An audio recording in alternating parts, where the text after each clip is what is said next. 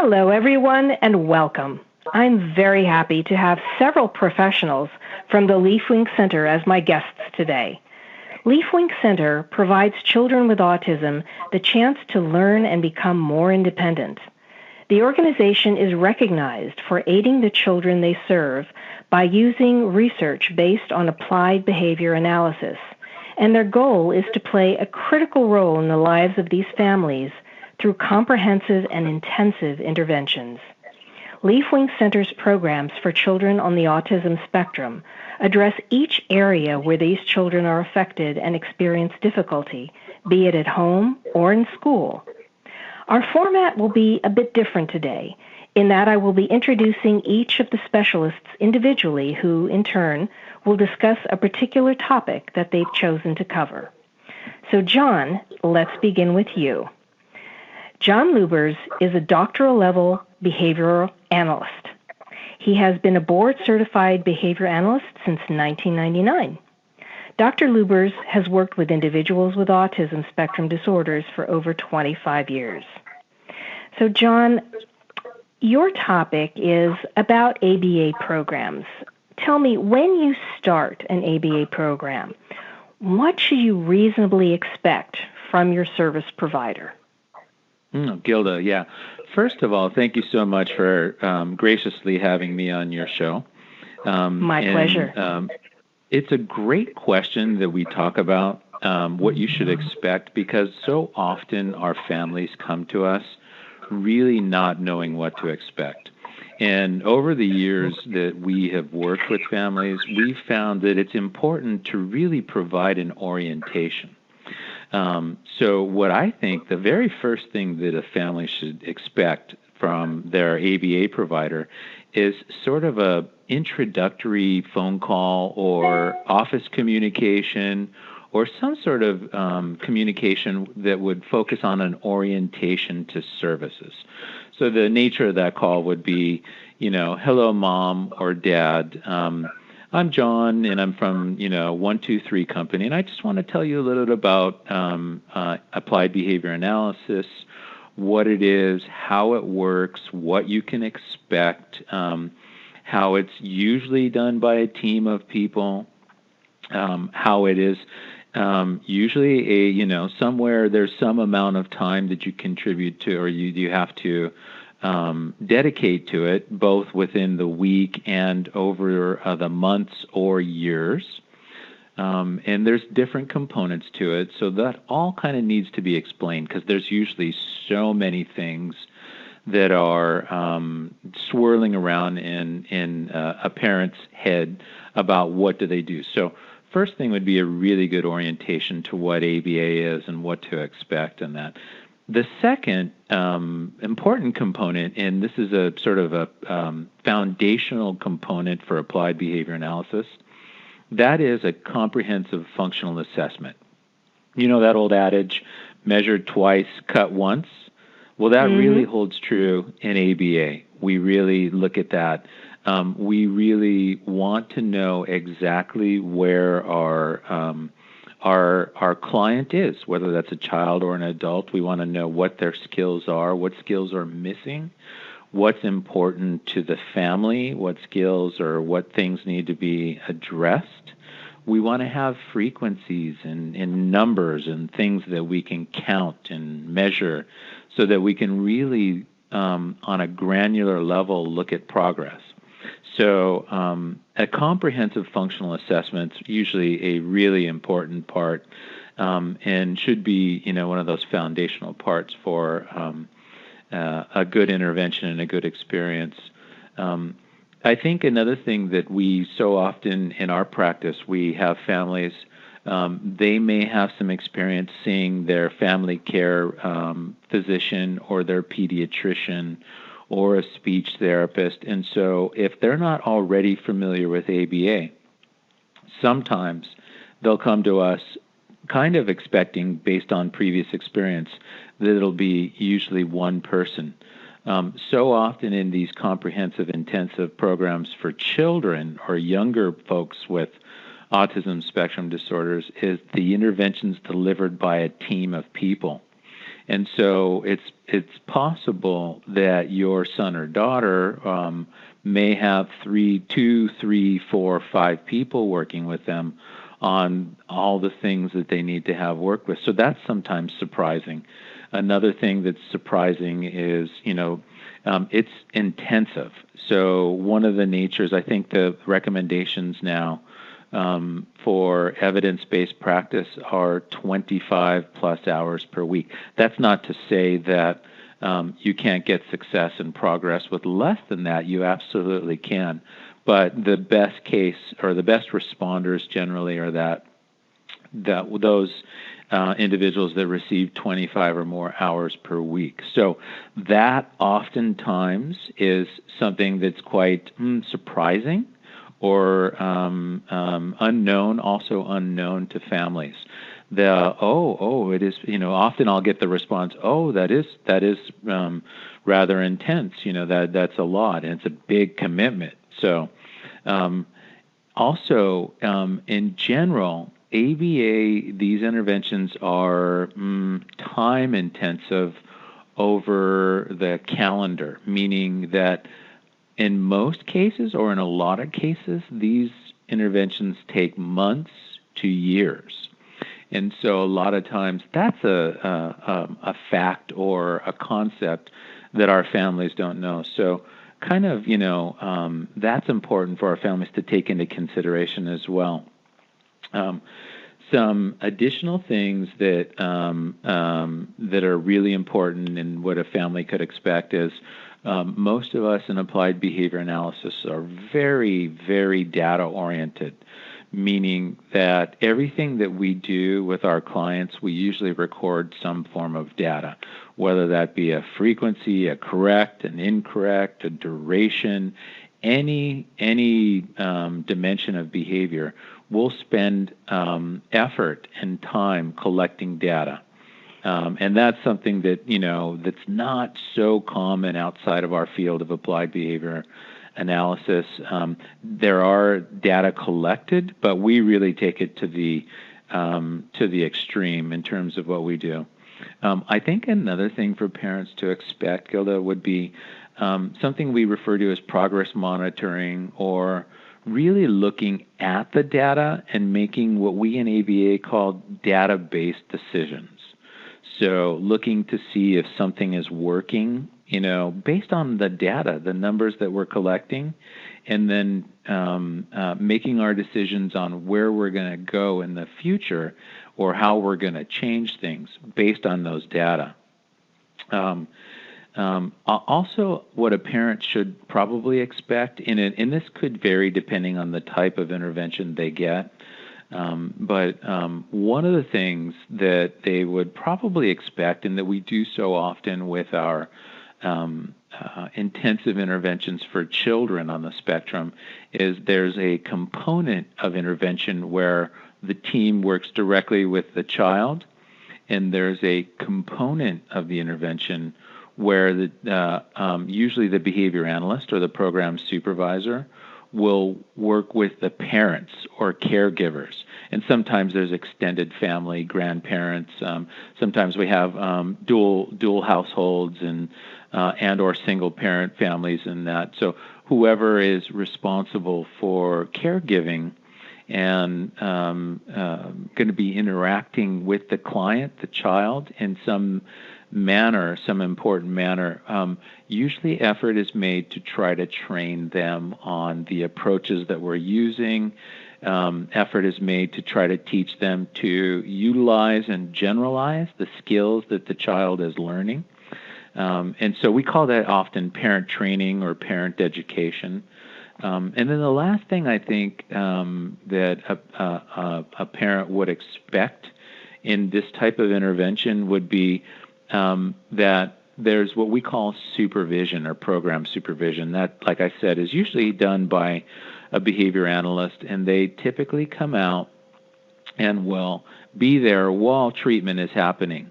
And it'll be the behavior analyst's goals will be there to just look and evaluate treatment fidelity. And what that is, treatment fidelity is That concept is, what we're trying to do, the intervention that we're trying to do, is that really happening as we've intended it to? And looking to kind of help make some improvements on the treatment approach by the behavior technicians or the people that are working directly with the children. That's another thing that's kind of a hallmark in a behavior analysis, is that we're very heavy on feedback and oversight. So in a nutshell, I think those would be sort of the hallmarks of the things. I know that's an awful lot to digest at any one time, but those would be sort of the major takeaways on what any parent would expect, given them starting an ABA program with their loved one. Well, John, thank you for that really excellent explanation. A few questions popped into my mind while you were talking.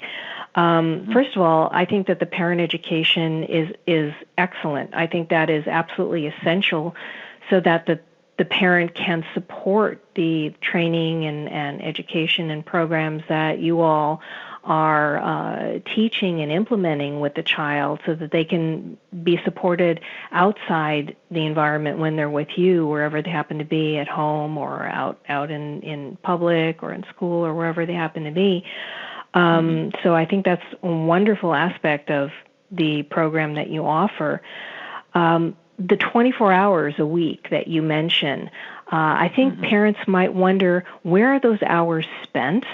Does the child come to you? Do you go to the child in their environment where they happen to be? How does that dynamic work?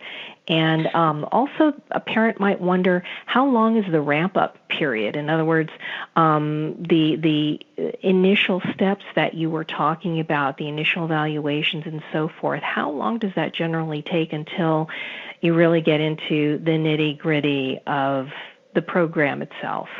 Great questions. Yeah, the nature of the intervention and where it takes place probably has two factors that would dictate that. The first would be the very practical factor would be sort of the way that your ABA provider practices. Sometimes they have center-based programs, sometimes they have home-based programs, sometimes there's school-based programs, and sometimes there's programs that incorporate all three environments. And so part of that would be dictated a little bit by the ABA provider, but secondarily, and maybe even probably more important, is really the nature of the need by the client, and so the child. And so if we've had clients, and I'm sure many ABA providers have had clients, where in one environment behavior is not, or challenges are not evidenced, but in another environment they are. So typically the intervention would focus on those areas, in the community. I think you were alluding to this, Gilda, about and a minute ago about parent training, is a lot of times a family or a parent will come to us and say, I just can't go to Walmart. I can't make it up and down the aisles, or I can't go to Target or the gas station or something like that, and I need some help. And in those situations, a lot of ABA providers that have that community intervention approach can go and work with the families, with the parents, and help them with strategies on how to handle those unique environments, and they're so unique and different. Your other question was also a really good question, and that was about what is the ramp-up period. And the ramp-up period, probably takes into consideration two things. The first part, I think, I'm sure it would take into consideration, is the assessment. And the assessment is, in terms of, just calendar time, it can take anywhere from maybe, this is a ballpark figure, these are some loose parameters, but maybe 1 week to maybe 2 months. Mm-hmm. And the difference in that between the 1 week and the 2 months would be the complexity of the problems and what's going on with the client, in the number of observations that needed to take place. Also, the environments that needed to be seen. So if you can imagine, if this was a very young child and they weren't going to school and they were just at home only, and intervention was going to take place, treatment was going to be at home only, generally one environment, the home, would be sufficient. There's no need to see the client in other environments. But if you're talking maybe a middle school age child that has behaviors in some classes and others that's needing to perform some skills in the community that they don't, and that is having maybe some challenges or some needs at home, there might be 3 environments there that needed to be observed and scheduled. And then last but not least is, there's a lot of information gathering and collecting during assessments, Gilda, and that is everything from adaptive behavior measures to questionnaires to very practical information like, informed consents and things of that nature. So that takes some time, a lot of times, for parents to work through because they're juggling, their lives and their parenting responsibilities and everything. And now an ABA provider is presenting them with a bunch of information that they need to collect or work through with them. So sometimes that can dictate or it can require some time. So I think just a parent could reasonably expect, if I were to, the range being maybe 1 week to 2 months, I would say probably the average to expect would be about 1 month turnaround time. All right. Well, thank you for clarifying that, John. I appreciate that. Sivan, let's move on to you. Sivan Salikian is a board-certified behavior analyst who provides ABA services for children, teenagers, and adults at the Leafwing Center. His professional activities include conducting assessments, designing behavior intervention and skill-building programs, and mentoring behavior technicians. Sivan, your topic is talking about the components of a good ABA program. What are some of those components for children with autism that would, in your opinion, comprise a program that was well-structured and in the best interest of the client? First off, Gilda, thank you so much for having us on your podcast. It's a pleasure to be here. And it's a pleasure to have you. Thank you. So there are several components of a good ABA program for children with autism, and I'd like to go through them with hopes that it will help some of the families and caregivers and parents out there identify effective and good programs, because there are so many. And these are in no particular order of hierarchy. I think they're all important, and we should be aware of them. So the first component of a good ABA program is a board-certified behavior analyst, a BCBA, who designs and supervises the program. So a BCBA is a person who has met the educational and professional training requirements established by the Behavior Analysis Certification Board. In addition to simply being a BCBA, it's also usually recommended that the supervising BCBA has experience with the behaviors and skill deficits, if there are any, of the particular client that they'll be working with. We know autism spectrum disorder can be very variable. We might be dealing with selective eating or aggressive behaviors, possibly communication or speech delays. So in addition to being a BCBA, it's also important that that individual has experience in that particular area of concern. The second common characteristic of an effective ABA program is a detailed and thorough assessment of the learner's behavioral and clinical needs. And John touched on this earlier, actually, in detail, and this is one of the most important things, especially at the beginning of a program, is the functional behavior assessment, the FBA as it's typically referred to. And basically, this is an information gathering process. It's where it all begins. Usually it'll include direct observation of the client in their natural environments, whether that be at home or school or out in the community.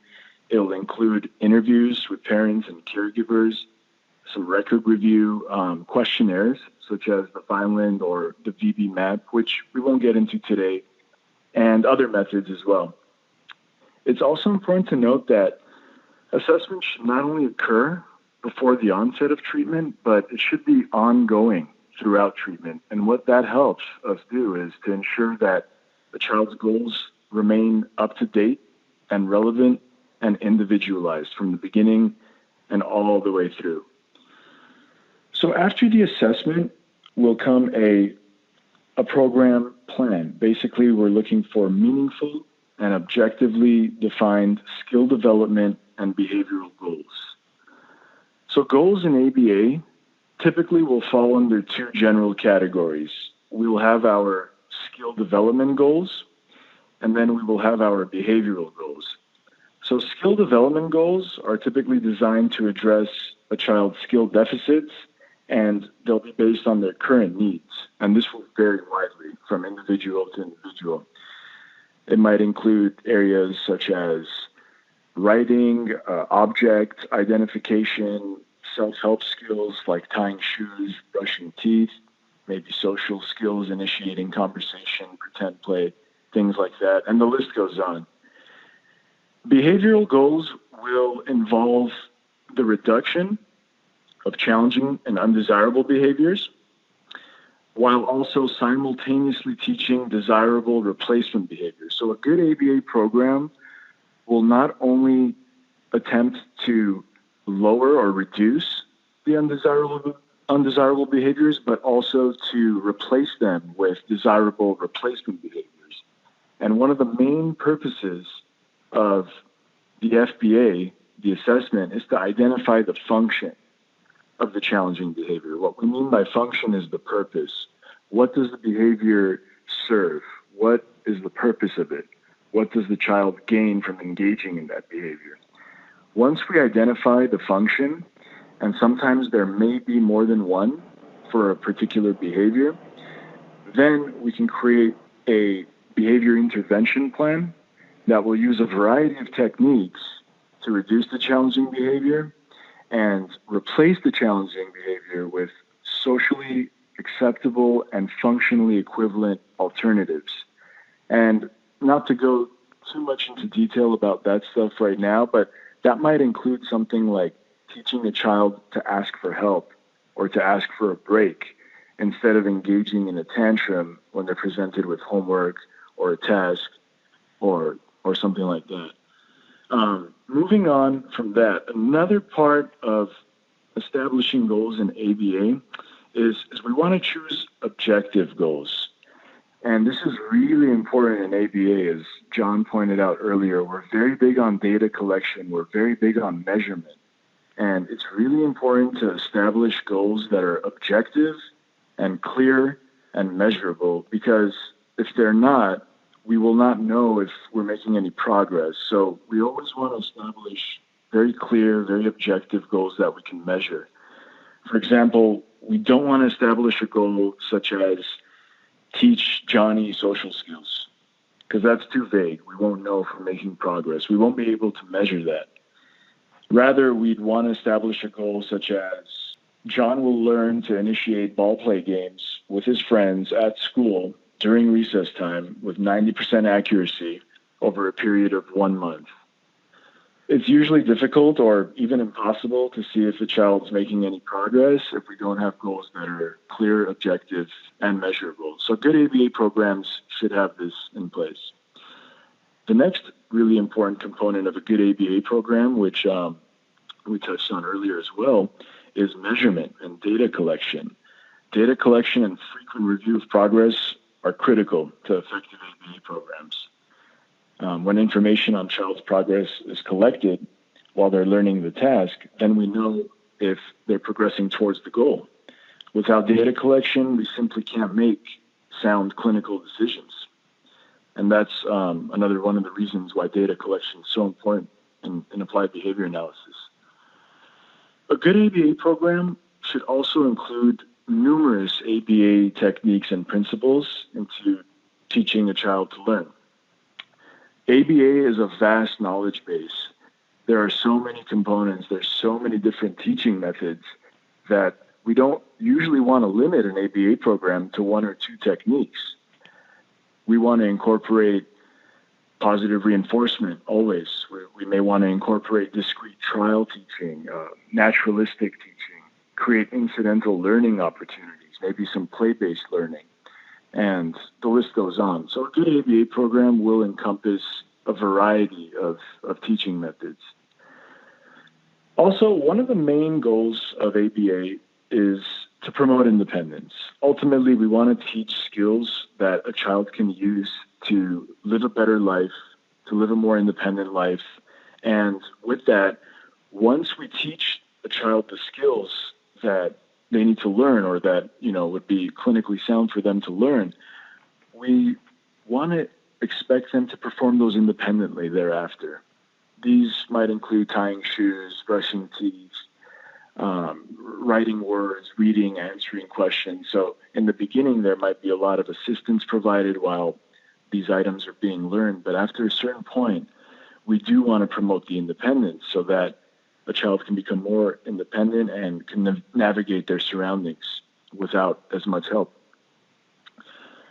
The next two characteristics of a good ABA program are that the program provides many learning opportunities for the child and also that the intervention is consistent. What do we mean by many learning opportunities? It's not enough that a child merely attends an ABA session with an ABA teacher present. We want to squeeze as much as possible out of those one-on-one sessions. Even when programs or skill-based programs are not being targeted, there's always a learning opportunity there. Even during playtime, a lot of learning can occur during play, and sometimes as adults we may not notice it or realize it, but even during playtime, we can work on areas such as sharing and turn-taking, following instructions, reciprocal conversation, social skills, and so on. So a good ABA program will always try to get the most output or the maximum amount of learning in every session, and to always attempt to further the skill from where it was in the last session to one step closer in independence in the current session.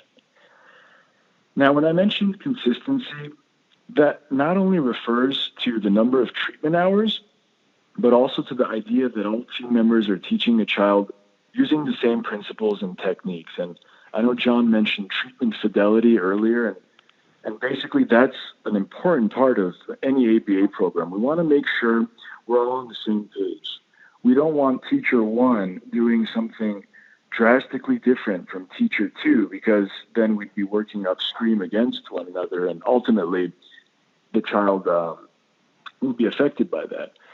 So with that, even though different people might work with a child within a week, the child's teaching should typically mimic that as if only one teacher was present the whole time. For example, if teacher number one is teaching a child the first step of brushing their teeth, which is, let's say, to put toothpaste on top of a toothbrush, teacher number two should continue where teacher number one finished on the next session, on the next day.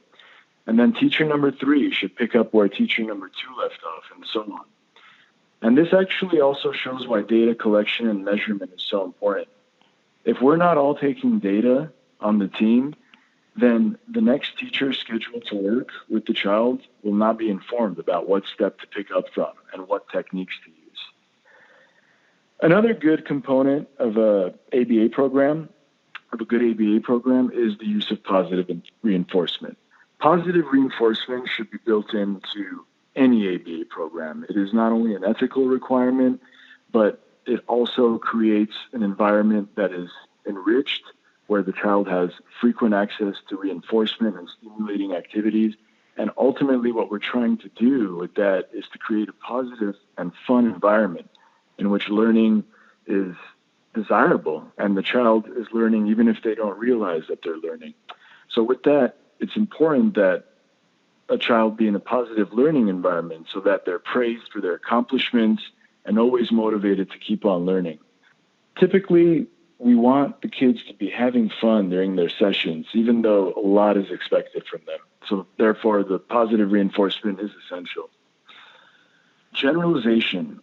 That is another key component of an effective ABA program. Generalization refers to the concept that a child will demonstrate what they've learned in the ABA session outside of the ABA session also. And also that a child will demonstrate what they've learned in the ABA session with their teacher, with other individuals as well. So we want the learning that takes place in an ABA session to spread to other environments, to spread to other people, to spread to other stimuli or objects that we use. Without generalization, a child will only be able to demonstrate a skill with one specific person at a specific place, at a specific time, and ultimately that will not be a meaningful result. Generally speaking, it's probably more important for a child to do one skill or one thing with anyone and everyone rather than 100 things with only one person in one place at one specific time. Given the concept of generalization, good ABA programs will also include parent trainings as a key part to the treatment program. And I know this was discussed earlier, but I want to emphasize that parent training is a critical part of any ABA program. When the ABA team is not present, the parents are there in basically every waking moment of a child's life. We, as behavior analysts, as RBTs and paraprofessionals, want to make sure that parents are equipped with the knowledge and the skills that they need to generalize and to maintain the results that are attained during the ABA sessions.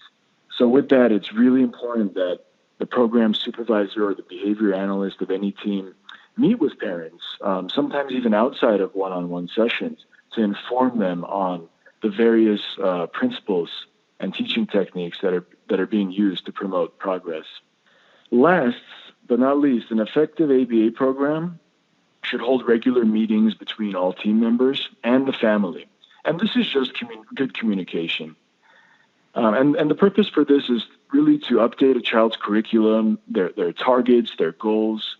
We want to continually and consistently collaborate with the families, with other professionals like teachers, speech therapists, psychologists, and so on.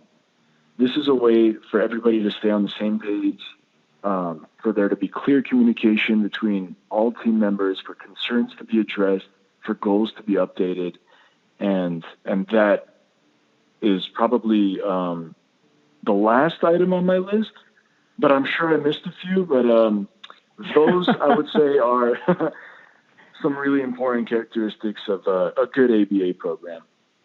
Well, thank you. Thank you, Sivan, for going through all those items and for delineating that for us. I think it's very important for people to understand those elements so that they can truly take advantage of the resource that a good ABA program offers. Ray, it is now your turn. Ray Reyes has been a board-certified behavior analyst since 2008.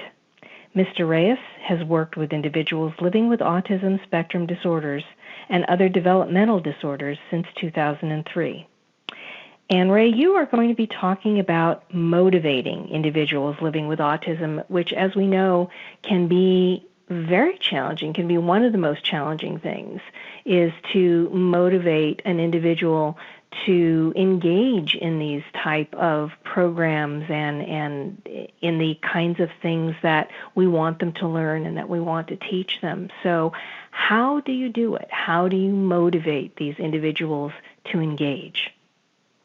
First off, thanks, Gilda, for having us over in your show. It's a great opportunity to reach out to your listeners out there. But motivation, it's a very big topic. We can approach it several ways. But for our purpose, let's put it in the context of teaching to make it more manageable. All right.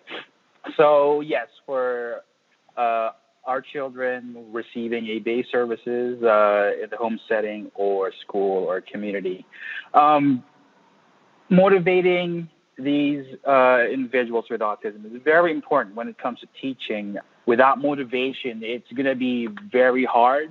The teaching process will be very slowed down, if not impossible. We can look at motivation two ways. First, we can look at it as a an intrinsic motivation, or motivation can be extrinsic in nature. Intrinsic motivation, as the name suggests, it's more internal, more along the lines of I do something because I like doing it, because I get something out of it. It makes me feel relaxed. It makes me happy. So just a general idea of that. It's an intrinsic motivator or reinforcer.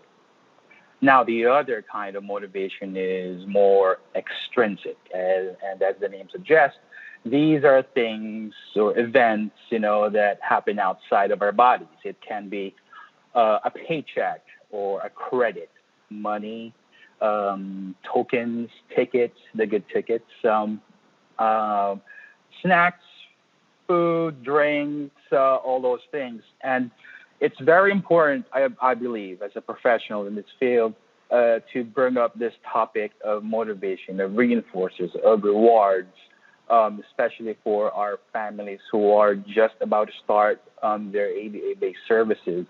Because at least from my experience over the years, a good number of individuals, families have issues when we are using extrinsic forms of reinforcers in our sessions, when we're teaching their children a specific concept or a specific skill. It is unnatural. Yes, I have to say it is very unnatural. However, for our children living with autism and other developmental disorders, this intrinsic motivation doesn't really come naturally.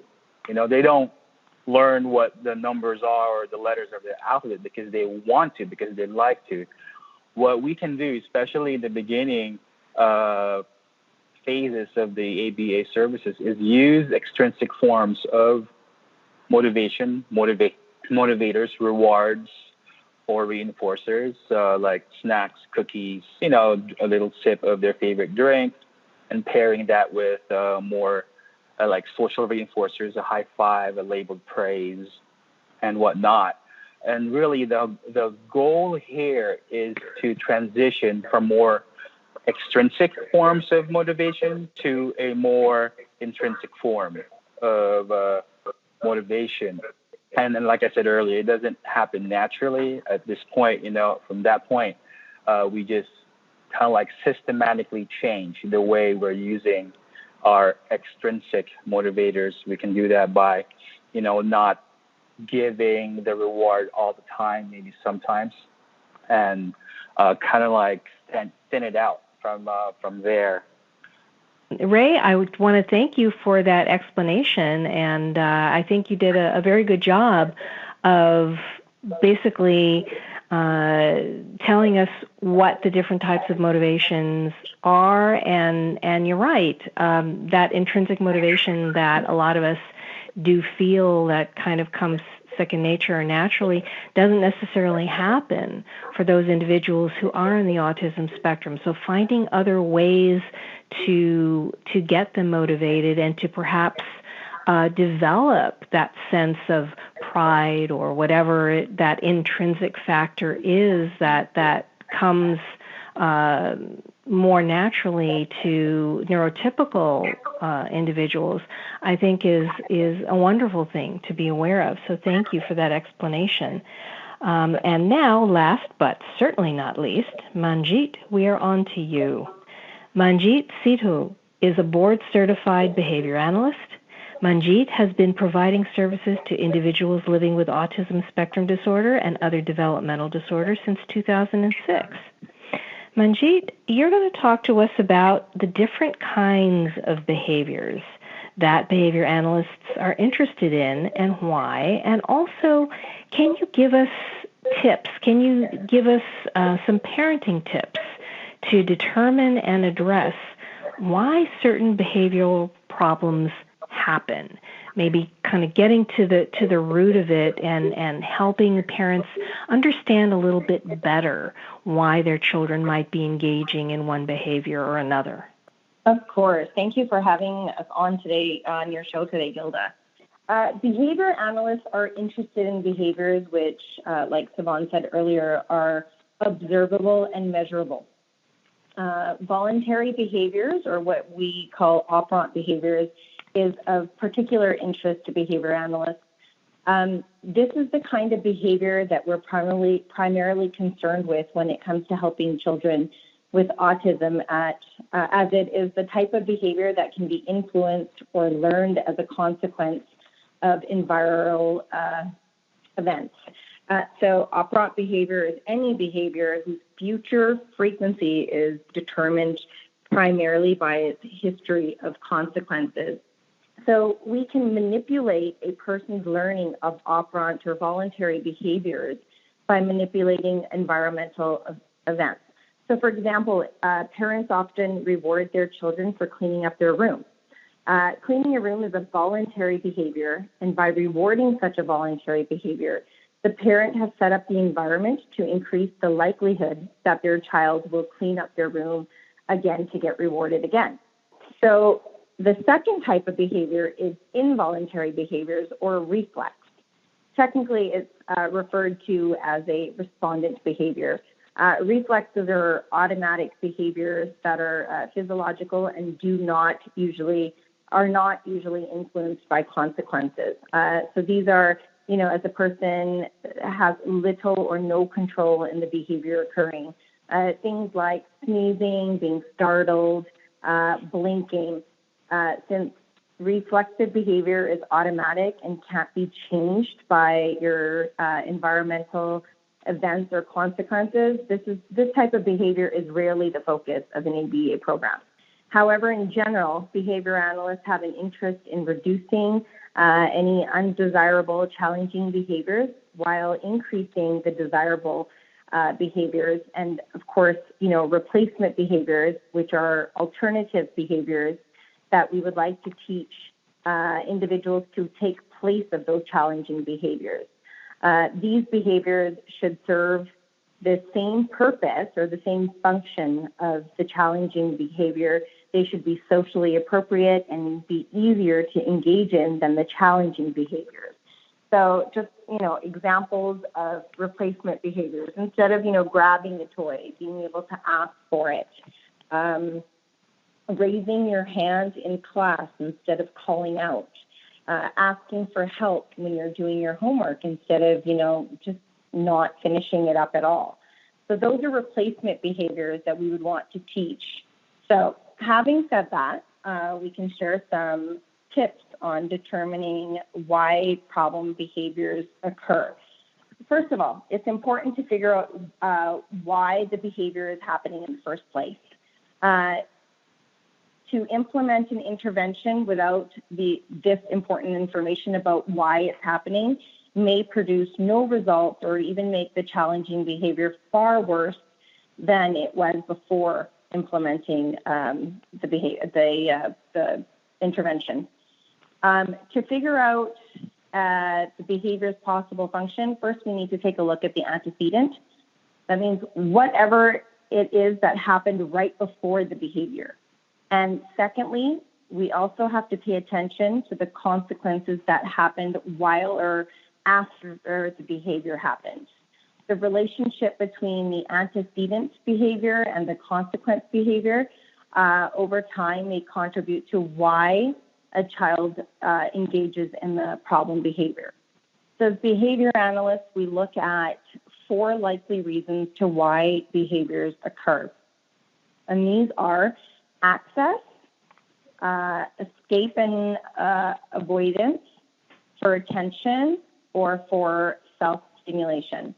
Although, there are many tools that we use to figure out why the specific function of the behavior is, parents and caregivers can use what we call ABC data analysis, and so that's collecting data on the antecedent, the behavior, and then the consequence. This is what we use to help assess what the function of the problem behavior is. But for complex or intense problem behaviors that, pose a hazard to the child or others around them, it's highly advised that, the parent or the caregiver seek assistance from a qualified behavior analyst. So in other words, you would suggest that the parent maybe even take notes, right? Like a certain behavior is happening, and just jot down, this is when it happened. This is what happened before the behavior occurred. This is what happened, during and after. This is how I addressed it, so that actually when they perhaps would work with you, or when they're engaging in the parent education portion of your program, you can make suggestions to them as to how to perhaps approach it differently, or what, why, let's say, changing perhaps some of the things that would happen before, the antecedents, as you put it. Making some changes there might actually have a positive effect in terms of decreasing or even eliminating the unwanted behavior. Would I be correct in that? Yes, absolutely, absolutely. So a part of the assessment, sometimes when I'm doing this, I give my parents these ABC data sheets to collect data for us to see. And then, when you sit down and you're going over this with the parent, they look at it and they go, oh, right, like they see a pattern. And once you see that, then you can start looking into, okay, it is the antecedent. It is what happened before that triggers the behavior. Or, hey, you know what I just noticed? Every time I say no iPad, he has a tantrum. And then, as a parent, sometimes you're like, I don't want to deal with this. And you end up giving exactly what you said you can't have in the first place. So now the kid's learned, okay, I can throw a tantrum. That's a universal problem. It is. So, just sitting there looking at all of that, it all kind of falls into place. And then that's where you determine what the function of the behavior is. Once you have the function, then that's where the intervention comes into play. Very good. Well, thank you. Thank you so much, Manjeet, for that. At this point, I'd really like to throw it open to all of you, and I'd like to ask if there is anything that any of you would like to add that we haven't covered, and what do you think is the most important takeaway that you feel our listeners should have from our conversation? I might add, Gilda, that, ABA is one of those treatments that is research proven. I don't think any of us said that this afternoon today. It is research proven. So it is one of those treatments that a parent or a family can have confidence in, that what they're doing, the time they're spending, the energy they're putting into this intervention is supported by research and is generally successful in helping their children. So I think that's an important takeaway. And I might add, like I mentioned earlier, that the work the progress and everything takes time, and just to be prepared that generally you don't see a lot of change in a week or a month. It usually takes a while to start to really see the changes, and that things are small progress steps. And the idea is that we just collect hundreds of those or thousands of those progress steps, and then at some point we have pull back and look from the big picture perspective, that at that point we have a significant amount of progress made with our children. Those would be the two things that I would say would be, some other takeaways for our families. Well, John, what is the best way for our listeners to reach out to you and your organization directly if they have any questions and they want to know more?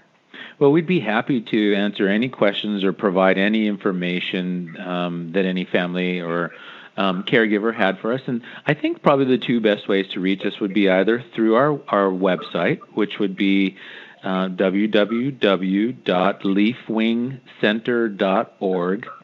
And I should probably spell that, because yes, please. We've had all sorts of misspellings of our name, but it's leaf like on a tree, LEAF, wing like on a bird or a butterfly, WING, and then center like the center of the earth, CENTER, and then it's a .org. Not a .com or a .net, but it's a .org. So www.leafwingcenter.org. Or if that's not easy and some folks prefer phone, we have an 888 number, a toll-free number, and that number is 888-436-2532. And you can repeat that one more time if you like as well. Yes. Thank you so much. Yeah, 888-436-2532. Well, thank you, John, and thank you all so much for taking the time to share this terrific information with me and with our listeners today. Thank you so much, Gilda. It was really a pleasure. Gilda. Thank you so much, Gilda, for having us. It's been a pleasure. And I also want to thank our listeners for spending a part of their day with us. I'm Gilda Evans, reminding you to take care of yourself and that special person in your life.